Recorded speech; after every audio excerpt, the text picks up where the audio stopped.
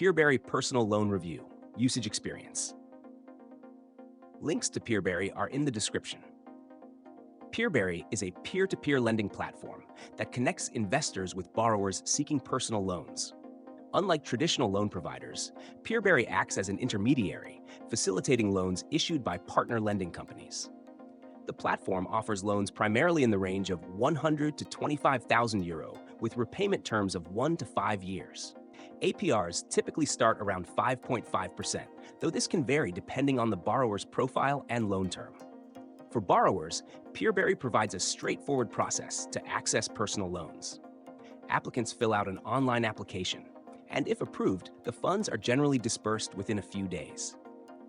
One of the platform's main features is its availability in several countries, giving borrowers from different regions access to personal loans with competitive interest rates.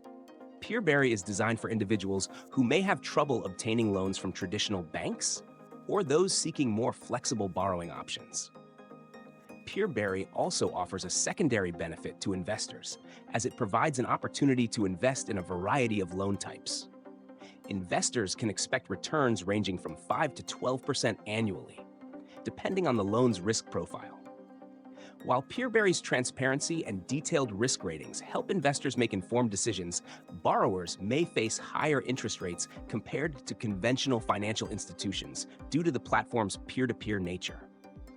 The platform's major advantage lies in its flexibility, allowing borrowers to access personal loans that are harder to obtain from traditional lenders. However, like most P2P lending platforms, it's essential for borrowers to fully understand the terms and conditions, as well as any fees that may apply. Overall, PeerBerry is a great option for those looking for accessible personal loans with flexible terms and competitive interest rates. However, those with excellent credit may still find better options with traditional lenders. For more details, check the links in the description.